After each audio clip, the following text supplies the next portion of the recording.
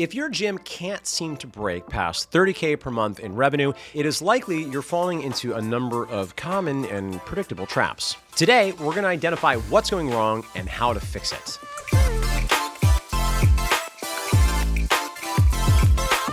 My name is Mark Fisher from Business for Unicorns, and while a lot of gyms would be very happy to make $30K, in practice, $30K per month represents about the average that a typical boutique gym or fitness studio in America does per month. And if you're watching this, you probably want more. You want to be more than just average. Because let's be honest, it feels crappy to feel like you're stuck and plateaued and stagnating. Because you're still working very hard, and every month you do get new members, but unfortunately, you don't get quite enough to outsell your attrition. Not only that, but you're probably working harder for a much more complex business than when you were at 15K or 20K. And in some cases, you're even making less money. So what you want is to identify the specific bottlenecks that are creating the constraint, preventing the business from growing faster, so you know what to fix next to get the growth train chugging along again. And at a high level, I'm going to cut right to the point here. Here's the biggest mistake that most gym owners make when they can't burst past the 30K per month plateau. Thinking that what got you here will get you there. You can't just work harder at the strategies you've been doing up to this point. You often have to do very different things. So as an example, I'm going to tell you a story about an amazing Unicorn Society member, Cassie Day of All Day Fit. So I had the chance to meet Cassie when I was giving the keynote at Mike Boyle's Strength and Conditioning Winter Seminar a few years back, and I could just tell game recognizes game. So when I met Cassie, I was like, oh, okay, you're a killer. This one gets it. But like many high achievers, Cassie was ready for more, and I was super pumped when she decided to work with us in the Unicorn Society. Not only because I knew that we could help her, but also selfishly, we know that somebody like Cassie's vibe is going to be very impactful and going to add value to the entire group. You see,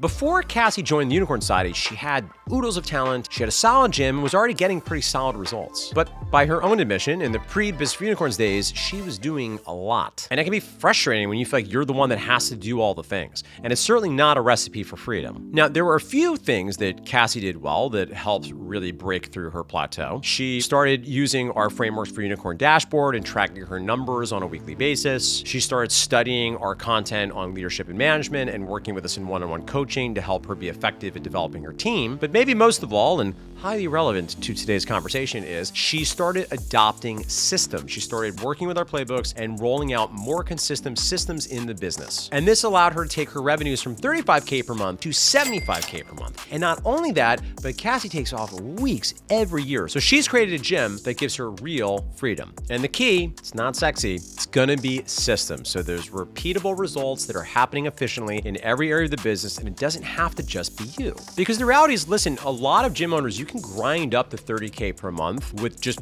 hard work, right? And if you're training a ton of sessions and you're very good at the training and you can lift most of the marketing and sales on your shoulders and do it all on your own, you can grind up there, and maybe even with just a couple of employees get up to 30K. To get beyond 30K, you have to start to build in systems so that you're not the one that personally has to do all the fulfillment and/or personally has to do all of the marketing and sales. To burst past this plateau means spending more time building better systems, manage your team to improve performance, and spending more time generating leads, either by doing more of what's already working or in some situations putting other poles in the water, and spending more of your time effectively really nurturing the prospects and people that raise their hands, that are interested in your services, so they actually come in and try you out. Now that might sound like a lot, but actually it's pretty simple, right? I'm gonna break it down. There's really three things you need to do. It sounds complicated, but it's really just this. First, you need to audit your time so you understand how you're currently spending your time. Two, once you figure out where you're being the bottleneck, we need to do some delegation of some activities to free up more time for you. And then three, you want to upgrade how you're spending your time and move up the value ladder so you're doing higher leverage activities that are going to have a bigger impact on the business. Now, let's explain what that means. So first, audit how you're spending your time. Now, this one is pretty simple. You've probably heard about this before. Some people really hate this, and I'm really sorry. Life is unfair, but you're going to have to do this. Essentially, you just need to make a log of how you're spending your time for a typical week. And I'll warn in advance, people often get hung up because it always feels like it's not a typical week. That's fine. Do your best. And if you really want this to be accurate, accurate, while I think it can be okay to just spend 20 minutes doing your best to think about the past, I find this to be so wildly accurate, I don't even recommend it most of the time these days. I'd rather you in real time open up maybe a Google Doc on your computer and track in 15-minute increments how you're spending your time over the course of a week in real time, because you will tend to get more accurate estimates for how you're actually spending your time. Step 2, we now need to delegate. So we can look at this list and you can ask yourself, which of these activities could you do less of? Which of these activities could you delegate completely to other people? In some situations, certainly there might be some things we can stop doing altogether, and that's definitely the best thing, right? But assuming you're doing things that are important that need to happen, you now need to start to think, okay, how can I have other people handle these? Now, the most common example for a lot of gym owners at the 30K mark is you might still be on the floor 25 hours per week, and I gotta tell you, it's gonna be real hard to do the things that need to happen to grow your business if you're on the floor that much. But whether you're on the floor 30 hours or 15 hours, one easy next step, usually the 30K mark, is just give off maybe 3 to 10 more hours to other trainers. And at 30K, the good news is usually you already have 1, 2, maybe 3 other part-time trainers. And if that's the case, it's really just gonna cost you mostly money, because in theory, those people are already doing a good job. Now, we have to be honest about how good they are at actually fulfilling the product, because if you're doing, say, 80% of the training or 70% of the training, and you know that your clients will tolerate the other trainers, but you're the real reason they come to the gym, that's the thing we're gonna have to start working on. If you haven't already done so, you're gonna need clearly documented standard operating procedures that make it very clear what your training product, what your service is like, so your coaches can do it consistently, so no one is disappointed if they have to work with somebody that's not you. Now, I'll just say there might be some other things you delegate. You might have maybe some admin responsibilities, or maybe even some important things that you're doing right now as the owner you can have other people help you with. But this second step is about delegating. It's about getting some things off of your plate based on the information you found when you did your time audit. Now, the third step is we want to upgrade. We want to do different things. It's not a matter of just doing less. Yes, we need to get things off your plate if they're not really driving the business. But now that you've freed up this time, we want to work on higher leverage activities to help break through this plateau. And if you're stuck at 30K per month, there's really 2 things that could be going on. One, your retention is not where it needs to be, so you're losing more people each month than we would expect based on the industry standard benchmark. I like 5% of clients, no more than 5% per month as a rule, which means if you have 100 clients at the beginning of the month, we don't want to see more than 5 terminations. The best gyms do as low as 4 and even 3%, and I think blips of going up to 6, 7, maybe even 8 once in a while could be okay. But if you're routinely losing more than 5% of your clients, it's going to be really hard to grow. If that's happening, that suggests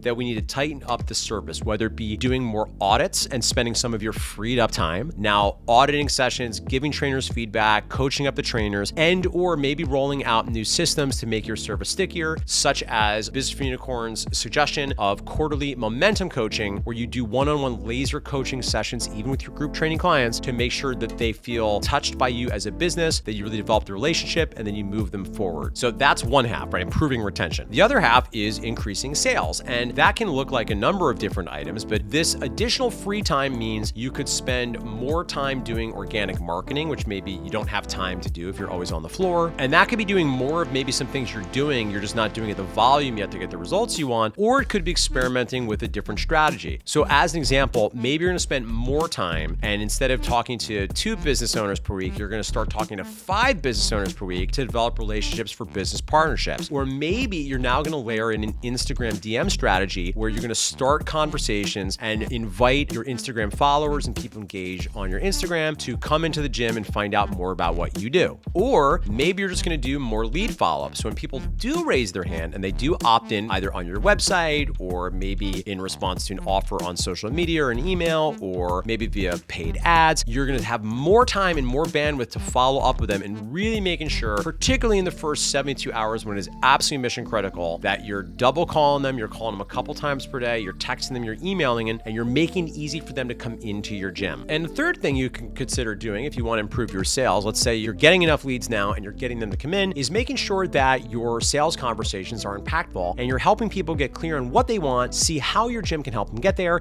and take the next step to working with you in a more substantial and ongoing fashion. Now, to state the very obvious, in order to assess how much your attempted system solves are actually doing it, you do want to track things things on a regular basis, right? Because if we're not tracking either retention or new membership sales or total leads per week, we're missing some important data to understand if the new things you're doing are actually going to move the ball forward and help you burst past your 30K per month plateau. And if you want more help with that, you should check out my video about the only 5 numbers gym owners need to know. So listen, if you're stuck at 30K or maybe even 20K or maybe even 50K, the reality is the one thing I can guarantee about your business is you're gonna have plateaus. Seasons of plateaus are normal, but if you're there for months and months at a time, it suggests you have to do something differently if you want different results. And the great news is this particular framework I shared with you, simple though it may be, is going to continue to be helpful to you anytime you run into these plateaus in your business, because you're just gonna do the same system. You'll delegate higher and higher level things, and then you will in turn move on to higher leverage activities, but the framework is always gonna be helpful to you anytime you're plateaued. So your very first thing to do, and I know some people don't like this, is do that time audit. If you take nothing else from this, what gets measured gets managed, which is to say, even if you don't wanna bother the rest of the framework, merely by tracking how much time you're spending on what activities, you'll have a better sense of how you're spending your time, and that will likely start to move you in the right direction. Now, if you want our help and you don't wanna do it all on your own, I'd love the opportunity to tell you more about what we do to help gym owners create more income, more impact, and more freedom. If you click the link in the description box below,